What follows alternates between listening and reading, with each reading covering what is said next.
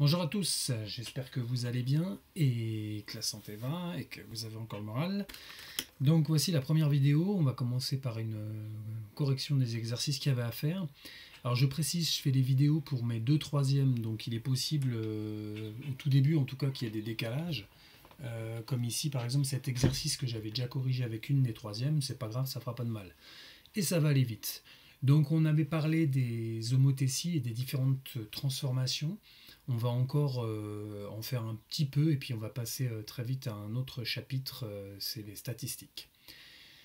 Voilà, donc les homothéties, on avait vu que c'était des agrandissements et réductions.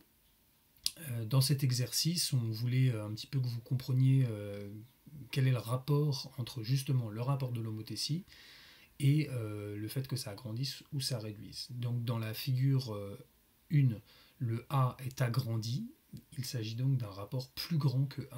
Donc on multiplie les longueurs par un nombre plus grand que 1, c'est logique. Et dans le E, la figure est réduite, donc le rapport est entre 0 et 1. Petite remarque, si le rapport était négatif, alors la réduction ce serait le rapport K entre moins 1 et 0, et inférieur à moins 1, donc plus grand que moins 1 sans le signe, on va dire, mais il faut rappeler que le nombre négatif, enfin le signe moins, n'indique pas que la figure est plus petite, simplement qu'elle est inversée par rapport au centre.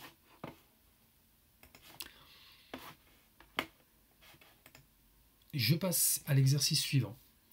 Et je viens d'ailleurs de me rendre compte que j'ai fait une erreur. Donc on va la corriger ensemble et je la corrigerai sur le fichier.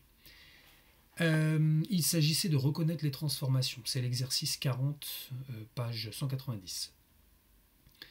La première transformation, il s'agit d'une rotation. On a fait tourner le triangle, et si on regarde le point A' par rapport au point A, il fait un angle de 90 degrés avec le centre O, et on tourne dans le sens inverse des aiguilles d'une montre.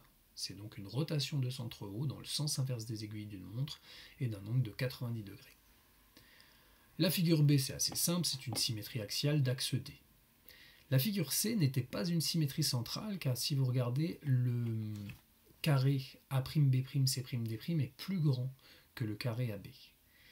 La symétrie est de centre O. En revanche, là où je me suis trompé, c'est que le rapport est négatif, justement, puisque la figure est à l'opposé du point O. Comment j'ai trouvé par contre 5 quarts, qui est donc moins 5 quarts? J'ai trouvé 5 quarts puisque vous avez 4 carreaux ici, puis 1 pour descendre, à peu près, non moins de 1, mais surtout si vous regardez la même distance ici, en prenant en ligne droite, il y a maintenant 5 carreaux. Donc ça a été agrandi, les 4 carreaux deviennent 5 carreaux, il s'agit bien d'un coefficient de 5 quarts. Enfin, la dernière transformation ici est une translation, on dit la translation qui transforme I en J, ou pour les experts de vecteur IJ. Puis c'est tout. Voilà, je vous dis à bientôt pour la prochaine vidéo.